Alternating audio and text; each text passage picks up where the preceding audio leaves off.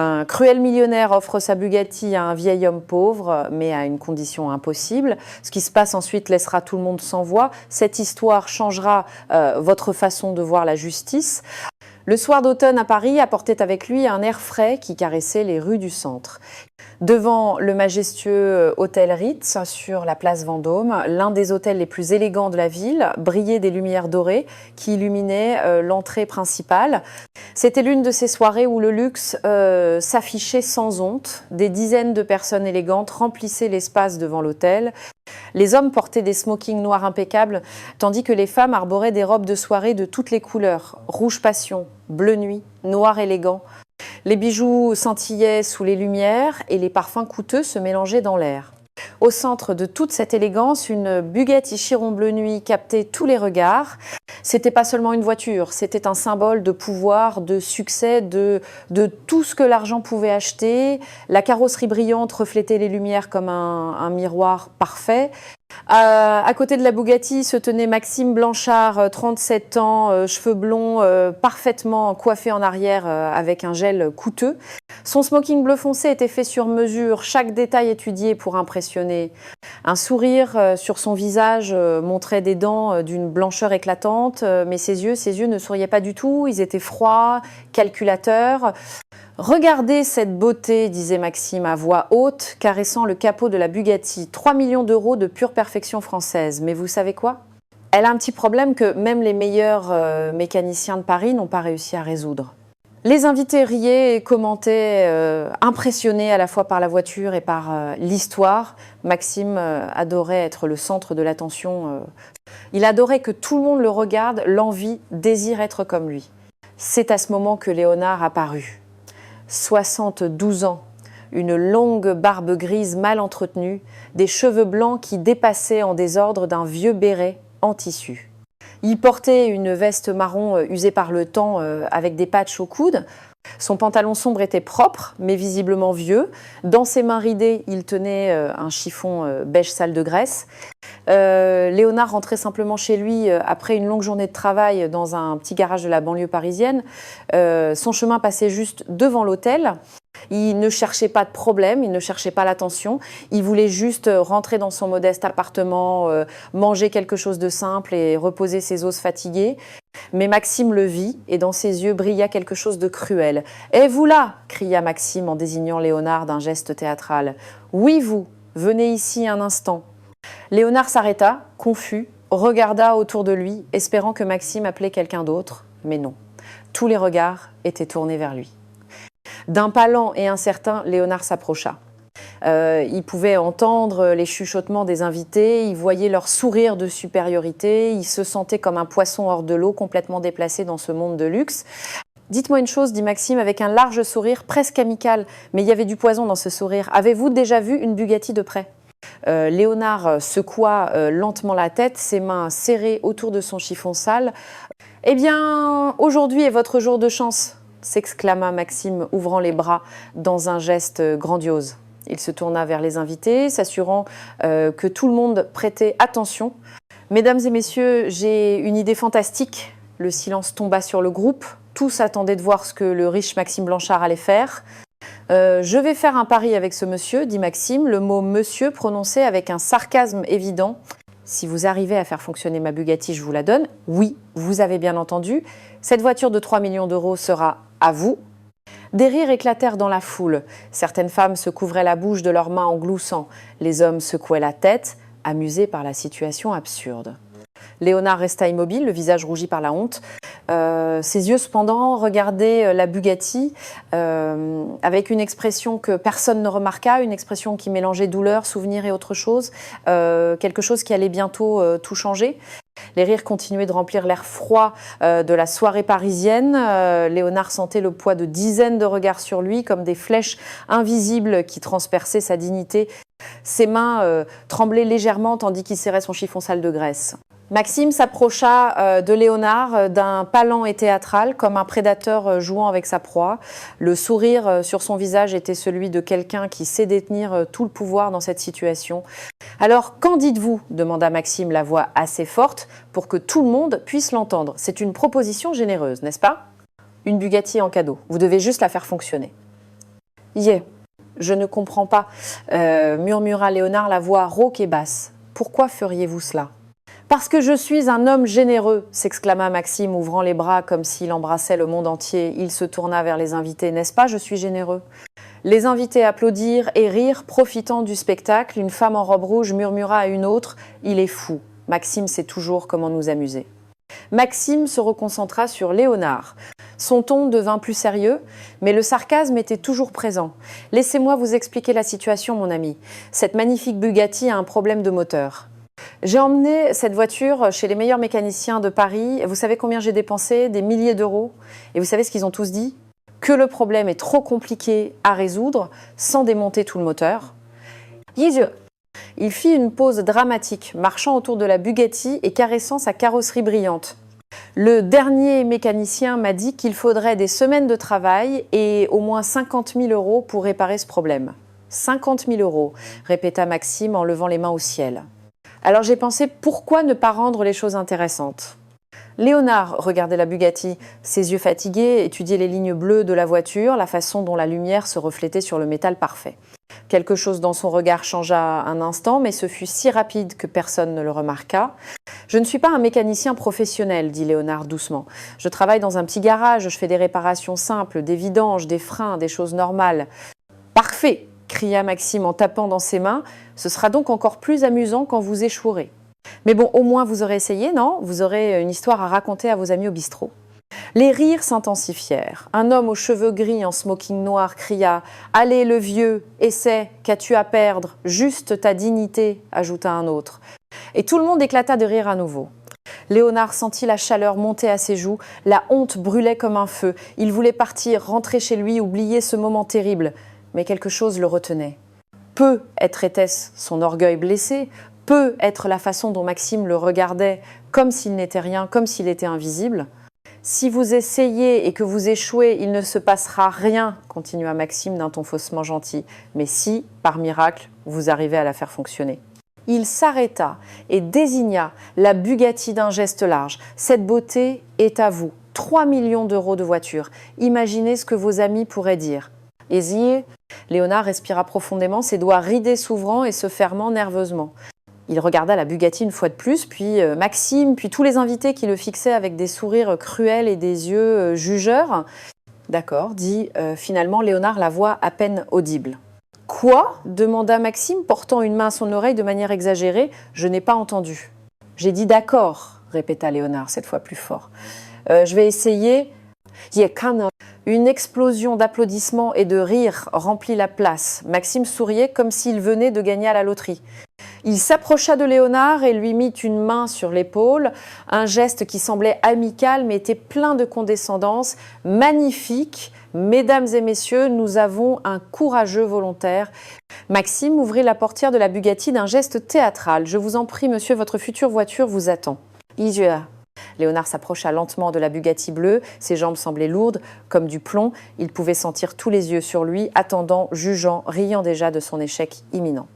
Lorsque ses doigts touchèrent le volant en cuir souple, quelque chose se produisit en lui. Ses yeux se fermèrent une seconde, une profonde inspiration.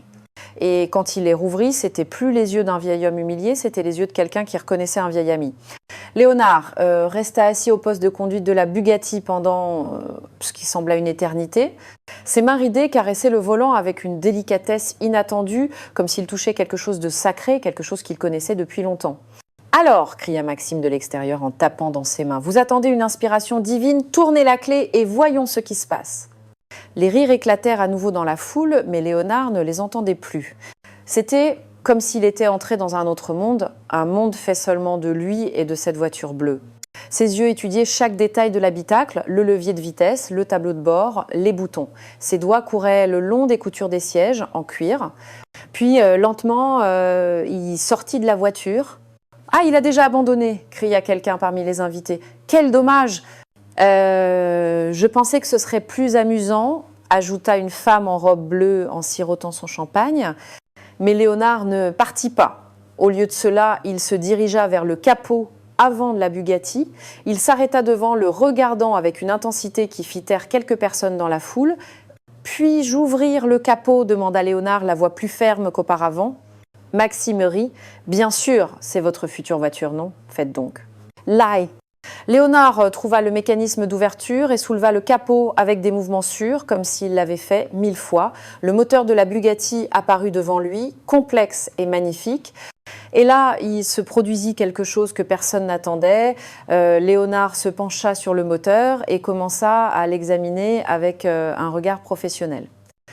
C'était pas le regard confus de quelqu'un qui ne comprend pas ce qu'il regarde, c'était le regard expert de quelqu'un qui sait exactement quoi chercher.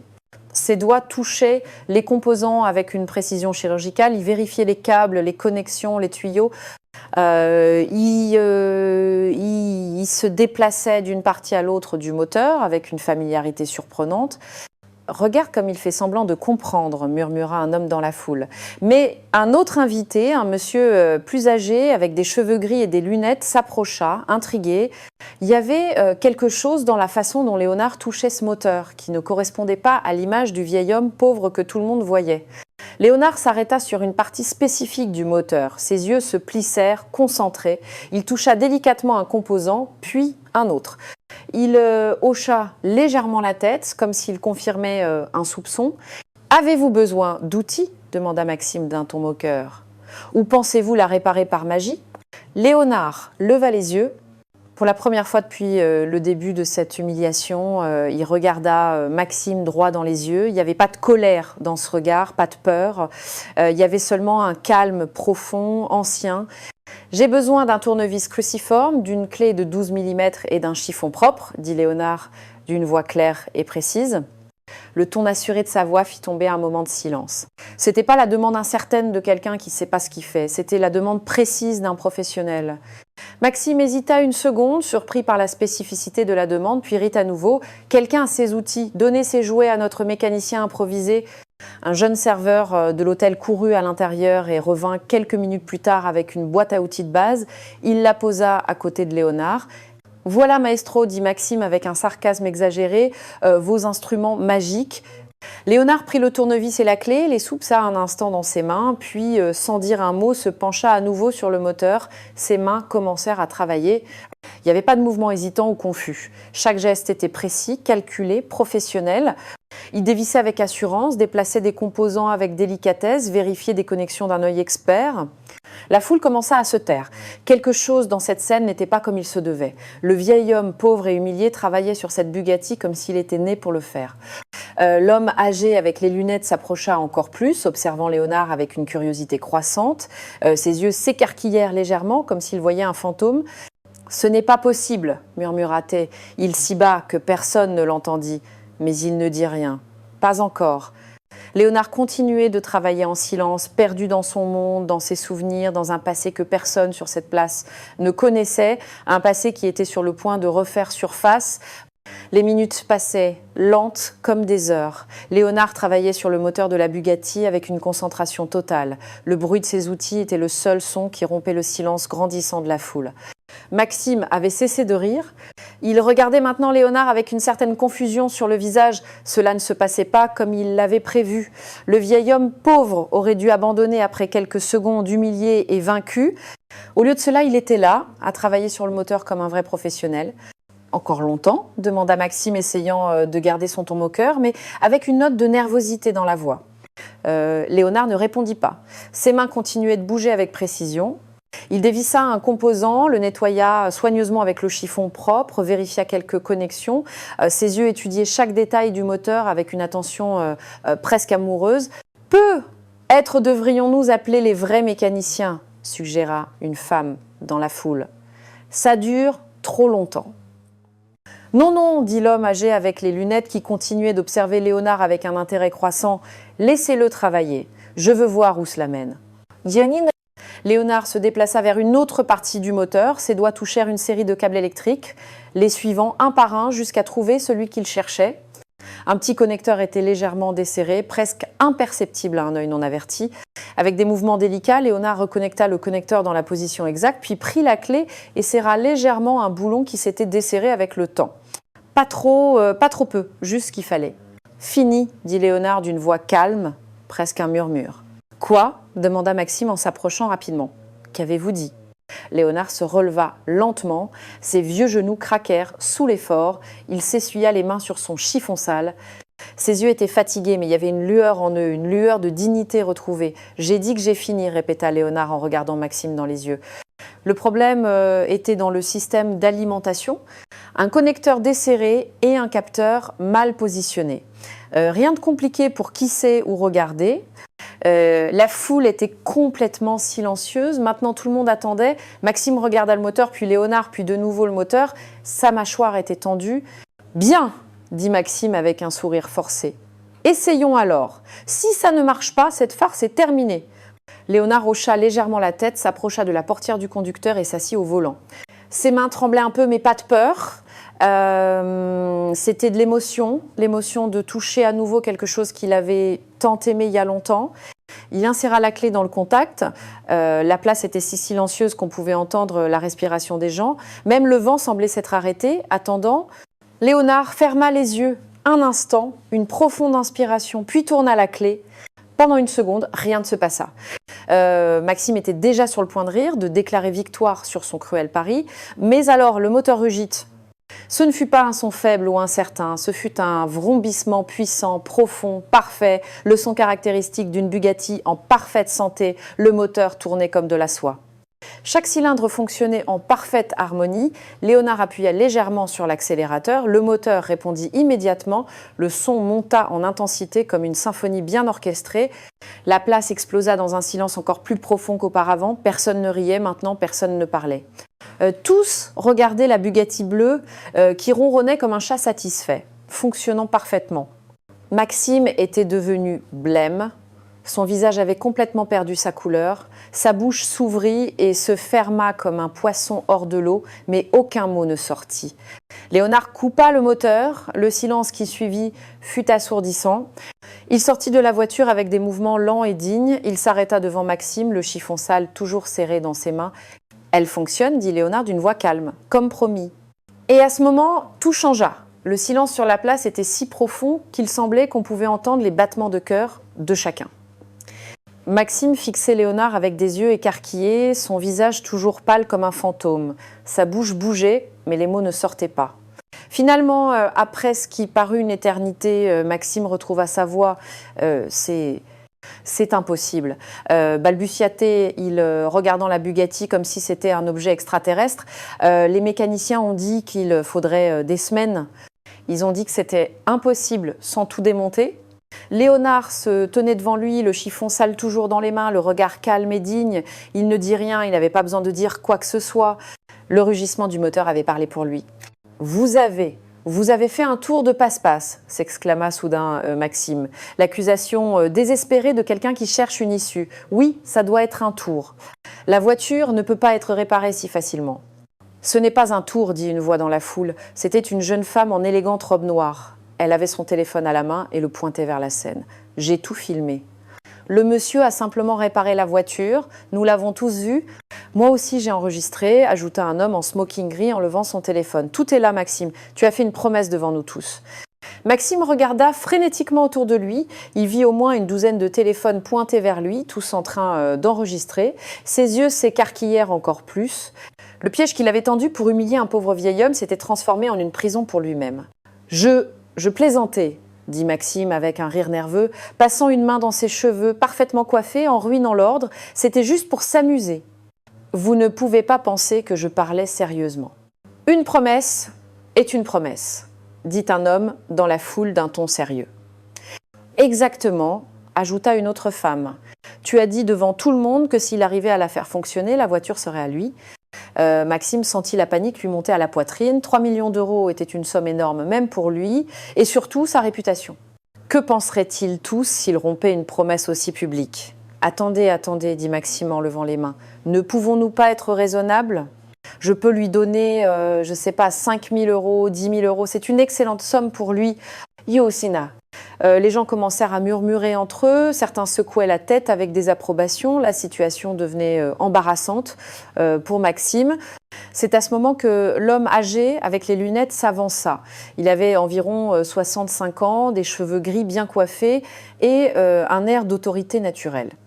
Il s'approcha de Léonard l'étudiant attentivement Excusez-moi, dit l'homme d'une voix douce mais curieuse. Vous avez déjà travaillé sur ces voitures, n'est-ce pas? La façon dont vous avez touché ce moteur n'était pas le toucher d'un simple mécanicien de garage. Léonard baissa les yeux un instant. Il semblait fatigué, plus vieux qu'avant, comme si tout le poids de ses années venait de tomber sur ses épaules. Monsieur, continua l'homme âgé, je travaille dans le secteur automobile depuis 40 ans. Je suis collectionneur de voitures anciennes et il y a quelque chose dans votre visage qui me semble familier. Il retira ses lunettes et les nettoya avec un mouchoir, regardant Léonard avec plus d'attention. Ses yeux s'écarquillèrent soudainement. « Attendez un moment, dit-il, la voix pleine d'incrédulité. Vous êtes… Non, ça ne peut pas être. » Mais les yeux, la façon dont il a touché cette voiture, l'homme se tourna vers la foule. Son visage était un masque de stupéfaction. « Mesdames et messieurs, dit-il d'une voix qui tremblait légèrement, je crois savoir qui est cet homme. Et si j'ai raison, Maxime vient de faire le pari le plus stupide de sa vie. » Tout le monde se tut, les yeux fixés sur l'homme âgé. Attendant, Maxime semblait confus et effrayé à la fois. L'homme se tourna de nouveau vers Léonard, ses yeux pleins de respect et de reconnaissance. « Vous êtes Léonard Fournier, n'est-ce pas ?» demanda-t-il d'une voix pleine d'émotion. L'ingénieur, celui qui a travaillé pour la plus célèbre maison automobile de France dans les années 80 à Molsheim. Et à ce moment, la vérité commença à émerger des ombres du passé. Le nom tomba sur la place comme un éclair, Léonard Fournier. Certaines personnes dans la foule se regardèrent, confuses, ne reconnaissant pas le nom. Mais d'autres, les plus âgés ou les plus passionnés d'automobile, écarquillèrent les yeux en signe de reconnaissance. Léonard Fournier répéta une femme d'une voix incrédule. « Le Léonard Fournier, mais ça ne peut pas être lui. » L'homme âgé, avec les lunettes, hocha lentement la tête, sans jamais quitter Léonard des yeux. « Si, c'est lui, j'en suis sûre. J'ai vu sa photo dans un vieux magazine automobile il y a des années. Il était plus jeune, bien sûr, mais les yeux sont les mêmes. » Maxime regardait de l'un à l'autre, complètement perdu. « De quoi parlez-vous? Qui serait ce Léonard Fournier ?» L'homme âgé se tourna vers Maxime avec un regard qui mêlait pitié et désapprobation. « Maxime, tu achètes des voitures chères, mais tu ne connais pas l'histoire derrière elles. Léonard Fournier a été l'un des ingénieurs les plus brillants qui ait jamais travaillé pour Bugatti. Bugatti était le nom que tout le monde connaissait. C'était synonyme de luxe, de vitesse, d'excellence. Leurs modèles étaient des icônes qui faisaient rêver des générations. Dans les années 80, continua l'homme, Léonard Fournier a travaillé sur certains des modèles les plus légendaires. Il a contribué à concevoir des moteurs qui sont encore aujourd'hui considérés comme des chefs-d'œuvre d'ingénierie. Il était jeune, brillant, avec un avenir extraordinaire devant lui. La foule écoutait en silence absolu. Léonard restait immobile, les yeux baissés, comme si chaque mot était un poids sur son cœur. Puis, dit l'homme d'une voix plus basse, la tragédie a frappé. Sa femme Marie est décédée dans un accident, Léonard n'avait que 35 ans, il était dévasté. Il s'est occupé de son père âgé qui était malade, a dépensé toutes ses économies pour les soins médicaux. Une femme dans la foule porta une main à son cœur, les yeux déjà brillants. Quand son père est mort 2 ans plus tard, continua l'homme, Léonard n'avait plus rien. Il avait tout perdu, sa maison, ses économies, tout était parti pour payer les hôpitaux et les médicaments. Et dans sa douleur, il s'est éloigné du monde des voitures de luxe. C'était trop pour lui, trop de souvenirs. « C'est impossible », murmura Maxime, mais sa voix n'avait plus l'assurance arrogante d'avant. S'il était si important, pourquoi personne ne l'a aidé? L'orgueil, dit simplement l'homme âgé. Léonard ne voulait pas de charité. Et dans le monde des affaires, quand quelqu'un disparaît, il est vite oublié, remplacé par quelqu'un de plus jeune, de plus disponible. Il se tourna de nouveau vers Léonard avec un profond respect. Mais le talent ne disparaît pas. La connaissance ne meurt pas. Même après 40 ans, les mains d'un vrai maître se souviennent. Ah, Léonard leva enfin les yeux. Ses yeux étaient humides mais dignes. « J'ai travaillé sur des centaines de moteurs dans ma vie, dit-il d'une voix rauque, pleine d'émotion. Molsheim, c'était ma famille. Chaque moteur était comme un enfant pour moi. Même après toutes ces années, même en lavant les sols d'un petit garage, une partie de moi se souvient de chaque vis, de chaque composant, de chaque son. Maxime était complètement sans voix, son visage était passé du pâle au rouge de la honte. Il avait humilié un maître, il s'était moqué d'une légende. Alors, dit l'homme âgé en se tournant vers Maxime avec un regard sévère, quand tu as fait ce pari cruel, tu ne savais pas que tu défiais l'un des hommes qui a probablement travaillé sur la conception originale de moteurs similaires à celui de ta Bugatti? Un murmure traversa la foule. Certains regardaient Maxime avec dégoût, d'autres regardaient Léonard avec un nouveau respect, avec admiration, avec tristesse pour tout ce qu'il avait perdu. Une promesse est une promesse, Maxime, dit une femme d'un ton ferme, et maintenant tout Paris connaîtra cette histoire, les vidéos sont déjà en ligne. Que vas-tu faire? Maxime regarda son téléphone, des notifications arrivaient déjà, l'histoire se répandait. Lui, le riche arrogant qui avait humilié une légende, c'était pas l'image qu'il voulait pour lui-même, les murs se refermaient sur lui. Et au centre de tout, Léonard se tenait, silencieux et digne, attendant que la justice suive son cours. Les smartphones brillaient sur la place comme des lucioles dans la nuit, des dizaines de personnes enregistraient, photographiaient, écrivaient des messages. L'histoire se répandait à une vitesse incroyable à travers Paris et au-delà. Maxime regarda autour de lui avec un désespoir croissant. Chaque visage qu'il voyait le jugeait. Les regards qui étaient auparavant pleins d'admiration et d'envie étaient maintenant chargés de désapprobation et de dégoût. Maxime, dit une femme élégante en robe vert émeraude en s'approchant de lui. C'était une journaliste locale qui figurait parmi les invités. Puis-je vous poser quelques questions pour mon journal? Non, pas d'interview, s'exclama Maxime en reculant d'un pas. La panique était évidente dans sa voix. Il est trop tard pour ça, dit la journaliste d'un ton professionnel mais froid. L'histoire est déjà sur les réseaux sociaux, regardez vous-même. Elle lui montra son téléphone. La vidéo de l'humiliation de Léonard et de la réparation ultérieure de la Bugatti avait déjà été partagée des centaines de fois. Les commentaires étaient impitoyables. Un riche arrogant humilie une légende de l'automobile. Ce Maxime Blanchard devrait avoir honte. Justice pour Léonard Fournier. Maxime sentit son sang se glacer dans ses veines. Son nom, sa réputation, tout s'effondrait en temps réel sous ses yeux. Une promesse est une promesse, dit un homme dans la foule, les bras croisés. Tu as dit devant tout le monde que s'il arrivait à faire fonctionner la voiture, elle serait à lui. Nous sommes tous témoins, ajouta un autre. Tu as fait un pari public, tu dois le tenir. Maxime se tourna vers Léonard, cherchant désespérément une issue. Écoutez, Léonard, monsieur Fournier, je ne savais pas.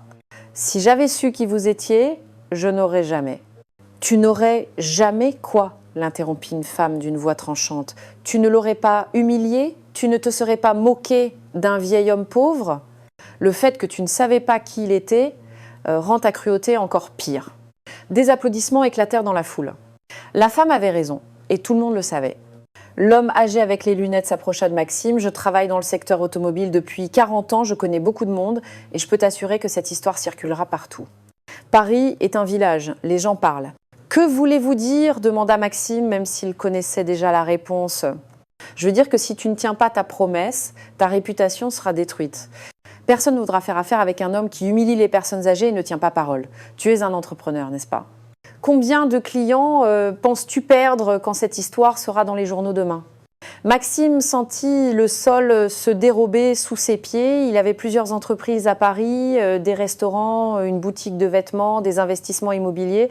Son image publique était tout et maintenant elle s'effondrait.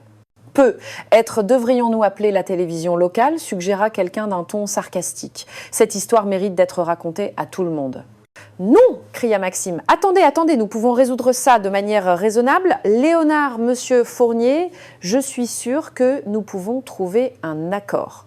Je peux vous offrir de l'argent, un travail, tout ce que vous voulez. Léonard resta silencieux un long moment. Ses yeux fatigués regardaient Maxime avec une expression difficile à lire. Il n'y avait pas de colère, pas de triomphe. Il y avait seulement une profonde fatigue et tristesse. « Je ne veux rien de vous, dit finalement Léonard, la voix calme mais ferme. Je n'ai jamais rien voulu. Je rentrais simplement chez moi après le travail. C'est vous qui m'avez arrêté. C'est vous qui m'avez fait cette proposition devant tout le monde. » Je sais, dit Maxime rapidement. C'était une erreur, une terrible erreur. Mais vous ne pouvez pas vraiment vouloir cette Bugatti. Qu'en feriez-vous? Vendez-la, je vous donnerai le double de sa valeur en espèces. Ce n'est pas une question d'argent, dit l'homme âgé avec les lunettes. C'est une question de principe, de justice. La foule murmura son accord. Les téléphones continuaient d'enregistrer chaque seconde. Maxime était piégé dans le filet qu'il avait lui-même tissé. Une promesse est une promesse. Répéta une femme, et cette fois des dizaines de voix se joignirent à elle comme un chœur. Une promesse est une promesse. Et Maxime sut qu'il n'y avait plus d'issue. Les lumières dorées de l'hôtel illuminaient la scène comme un théâtre. Léonard se tenait au centre de tout, entouré de gens qui le regardaient maintenant avec respect et admiration. C'était un moment surréaliste pour lui qui, une demi-heure plus tôt, rentrait chez lui invisible au monde. Maxime sortit le trousseau de clés de la poche de sa veste avec des mains tremblantes. Les clés de la Bugatti brillaient sous les lumières, elles pesaient bien plus lourd qu'il ne l'aurait jamais imaginé. C'était pas seulement le poids du métal, c'était le poids de la honte, de l'orgueil blessé, de la leçon qu'il apprenait de la manière la plus dure possible. « Tenez », dit Maxime, la voix à peine un murmure. Il tendit la main vers Léonard, les clés suspendues à son index. « Elles sont à vous, comme promis. » Léonard regarda les clés un long moment. Tout le monde sur la place retenait son souffle. Les téléphones continuaient d'enregistrer, capturant chaque seconde de ce moment historique dans les rues de Paris. Lentement, Léonard tendit la main. Ses doigts ridés, écailleux, marqués par des années de travail manuel, s'approchèrent des clés brillantes et coûteuses. Un instant, il sembla qu'il allait les prendre, mais ensuite il s'arrêta. Sa main resta suspendue dans les airs à quelques centimètres des clés. Ses yeux, fatigués mais sages, regardèrent Maxime droit dans le visage. Et dans ce regard, il y avait quelque chose qui fit baisser les yeux au jeune millionnaire de honte. « Non !» dit Léonard d'une voix calme mais claire. Un murmure de surprise traversa la foule. Maxime leva les yeux, confus. « Quoi ?»« J'ai dit non !» répéta Léonard. Il baissa lentement la main. « Je ne prendrai pas votre Bugatti. »« Miles, vous avez gagné le pari, » dit Maxime encore plus confus. « Vous l'avez fait fonctionner. La voiture est à vous de droit. » Léonard sourit tristement. C'était un sourire qui portait le poids de 70 ans de vie, de joie et de peine, de victoire et de perte. Regardez cette Bugatti, dit Léonard en désignant la voiture bleue qui brillait sous les lumières. Elle est magnifique, n'est-ce pas? Mais qu'en ferais-je? Un vieil homme qui vit dans un petit appartement. Où la garais-je? Comment paierais-je l'assurance? L'essence, l'entretien? Il fit une pause, regardant les visages surpris autour de lui. Cette voiture n'est pas pour moi. Elle ne l'a jamais été. Et il ne s'est jamais agi de voiture. Alors, de quoi s'agit-il? Demanda une femme dans la foule, la voix pleine de curiosité et de respect. Léonard se tourna vers Maxime. Il s'agit de la façon dont nous traitons les gens. Il s'agit de voir les autres comme des êtres humains, pas comme des jouets pour notre amusement. Les mots tombèrent sur la place comme des pierres dans un étang, créant des ondes qui touchaient chaque cœur présent. « Je n'ai pas besoin d'une Bugatti pour être heureux, » continua Léonard. « J'ai travaillé sur des machines merveilleuses dans ma vie. J'ai touché l'excellence de mes propres mains. Ces souvenirs, personne ne peut me les enlever. Je n'ai pas besoin de posséder quoi que ce soit pour savoir qui je suis. » Les yeux de nombreuses personnes étaient brillants. Maintenant, même certains hommes s'essuyaient discrètement le coin des yeux. « Mais vous, Maxime, dit Léonard, et dans sa voix il n'y avait pas de colère, seulement une tristesse douce. Vous avez besoin d'apprendre quelque chose. Vous avez besoin de comprendre que l'argent et les voitures chères ne vous rendent pas meilleur que les autres. Ils ne vous donnent pas le droit d'humilier ceux qui ont moins que vous. » Maxime avait la tête baissée pour la première fois de la soirée. Il semblait vraiment petit, malgré son smoking coûteux et sa richesse. « Alors non, je ne prendrai pas votre Bugatti, » dit Léonard fermement, « mais je vous demande autre chose. » Maxime leva les yeux rouges, n'importe quoi. « Je veux que vous appreniez de ce moment. Je veux que vous vous souveniez de ce soir chaque fois que vous serez tenté de regarder quelqu'un de haut. Et je veux que vous fassiez quelque chose de bien avec cette expérience. » Léonard désigna la Bugatti. « Vendez cette voiture si vous voulez, gardez-la, peu m'importe. Mais prenez une partie de ce que vous avez, même une toute petite partie, et aidez quelqu'un qui en a vraiment besoin. Pas pour vous vanter, pas pour les photos, mais parce que c'est la chose juste à faire. » Le silence qui suivit était sacré. C'était le silence du respect profond, de la leçon apprise, de la dignité restaurée. Léonard se tourna pour partir, mais avant, il regarda une dernière fois la Bugatti bleue. « C'est quand même une très belle machine, » dit-il avec un sourire nostalgique. « Mais la vraie beauté, elle est ici. » Il se toucha la poitrine, au-dessus du cœur. Et puis, d'un pas lent mais digne, Léonard commença à s'éloigner de la place. 3 jours s'étaient écoulés depuis cette soirée inoubliable devant l'hôtel Ritz. L'histoire de Léonard et Maxime avait fait le tour de Paris et bien au-delà. Les journaux locaux avaient consacré des pages entières à l'événement. Les réseaux sociaux avaient explosé de commentaires, de partages et de discussions. Maxime était assis dans son bureau élégant du centre de Paris. Les murs étaient décorés de tableaux coûteux, le bureau était en bois précieux, mais tout ce luxe semblait vide maintenant, froid, sans signification. Sur son ordinateur, des dizaines d'articles étaient ouverts. Le millionnaire humilié par la dignité d'un ancien, la leçon d'humilité que Paris n'oubliera pas. Léonard Fournier, la légende oubliée qui a enseigné la vraie valeur. Maxime lisait chaque mot, chaque commentaire. Certains étaient durs, voire cruels, mais beaucoup d'autres étaient des réflexions profondes sur la façon dont la société traite les personnes âgées, sur comment l'argent peut aveugler les gens, sur ce que signifie vraiment être riche. Depuis 3 nuits, il ne dormait pas bien. Chaque fois qu'il fermait les yeux, il voyait le visage de Léonard, ce sourire triste, ses yeux fatigués mais pleins de sagesse, ses mains ridées qui avaient refusé 3 millions d'euros en faveur d'une leçon de vie. Maxime prit son téléphone, ses doigts tremblants, tandis qu'il tapait une adresse dans le navigateur. Il devait faire quelque chose, il devait au moins essayer de se racheter. Pendant ce temps, de l'autre côté de la ville, Léonard était assis dans le petit garage où il travaillait. C'était un endroit modeste, dans la banlieue parisienne, loin des lumières dorées et des Bugatti bleus. Le sol était taché d'huile, les outils étaient vieux, mais bien entretenus. Le propriétaire du garage, un homme d'âge moyen nommé Joseph, était entré ce matin-là avec un journal à la main et un immense sourire sur le visage. « Léonard, tu es célèbre !» s'était-il exclamé en montrant l'article. « Regarde, tu es en première page !» Léonard avait haussé les épaules, embarrassé. « Je voulais pas de toute cette attention, Joseph. Je voulais juste rentrer chez moi. » « Mais tu as fait quelque chose de merveilleux, » avait dit Joseph en posant une main sur l'épaule de Léonard. « Tu as montré à tout le monde ce que signifie vraiment avoir de la dignité. » Ma fille a pleuré en lisant cette histoire. Elle a dit qu'elle veut être comme toi quand elle sera grande. Ces mots avaient touché le cœur de Léonard plus qu'il ne l'aurait jamais admis. Maintenant, dans l'après-midi, Léonard travaillait sur une vieille voiture quand il entendit une voiture s'arrêter devant le garage. Il ne prêta pas attention. Beaucoup de gens venaient au garage chaque jour, mais ensuite il entendit des pas familiers. Il leva les yeux et vit Maxime entrer dans le garage. Le jeune millionnaire ne portait pas son smoking élégant, il était habillé simplement en jean et chemise, ses yeux étaient rouges, comme s'il n'avait pas dormi. Léonard posa l'outil qu'il utilisait. « Maxime », dit-il simplement, sans surprise, dans la voix. « Léonard, monsieur Fournier, dit Maxime, la voix tremblante, puis-je vous parler un moment ?» Léonard désigna une vieille chaise en bois dans un coin. « Asseyez-vous ». Maxime s'assit, les mains jointes entre ses genoux. Il ressemblait à un enfant sur le point de confesser quelque chose à ses parents. Il était si différent de l'homme, arrogant de 3 jours plus tôt. « Je suis venu pour m'excuser », dit Maxime après un long silence. « Vraiment m'excuser.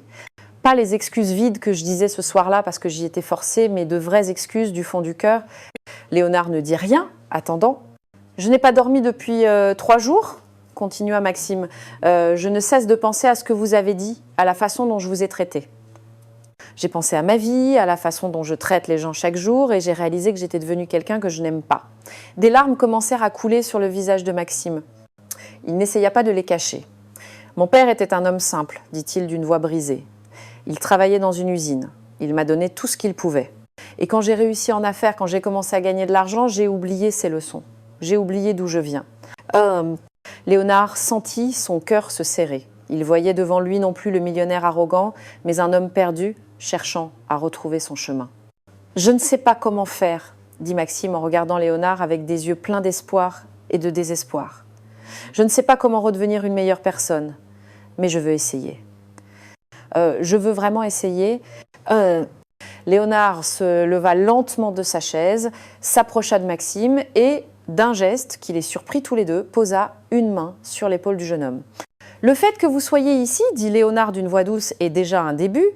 2 mois s'étaient écoulés depuis cette soirée qui avait tout changé. L'automne laissait place à l'hiver et les rues de Paris étaient décorées des premières lumières de Noël. Léonard marchait dans le centre-ville d'un pas plus léger qu'auparavant. Il ne portait pas de vêtements élégants, juste sa veste marron habituelle et son béret de laine. Mais il y avait quelque chose de différent en lui. Un sourire plus fréquent, une posture plus droite.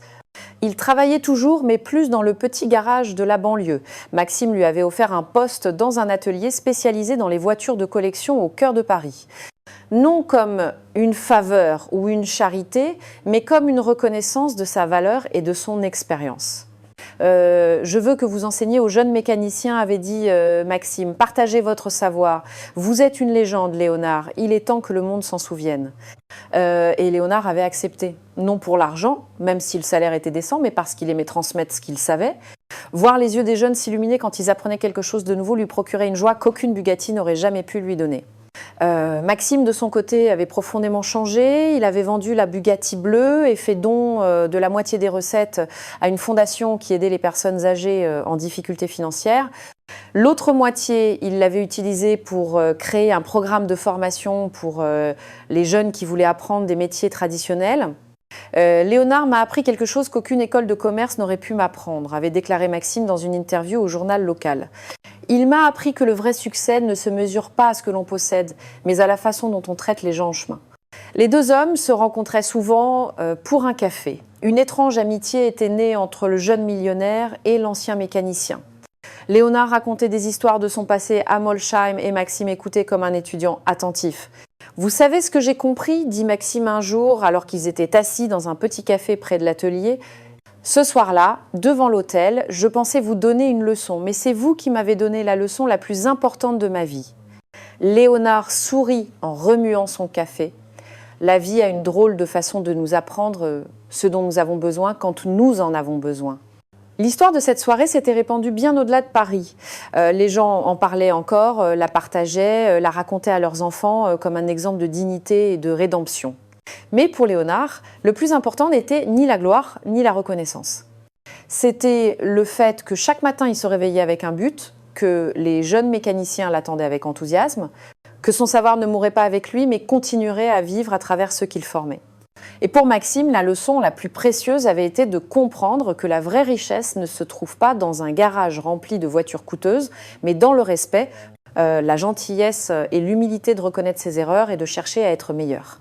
Ce soir-là, devant l'hôtel Ritz, deux vies avaient changé pour toujours. L'une avait été restaurée dans sa dignité, l'autre avait été sauvée de l'arrogance qui la consumait. Et tout avait commencé avec un pari cruel et une Bugatti bleue, mais s'était terminé avec quelque chose de bien plus précieux. La compréhension que la vraie valeur d'une personne ne se mesure jamais en argent, mais dans la manière dont elle choisit de vivre et de traiter les autres.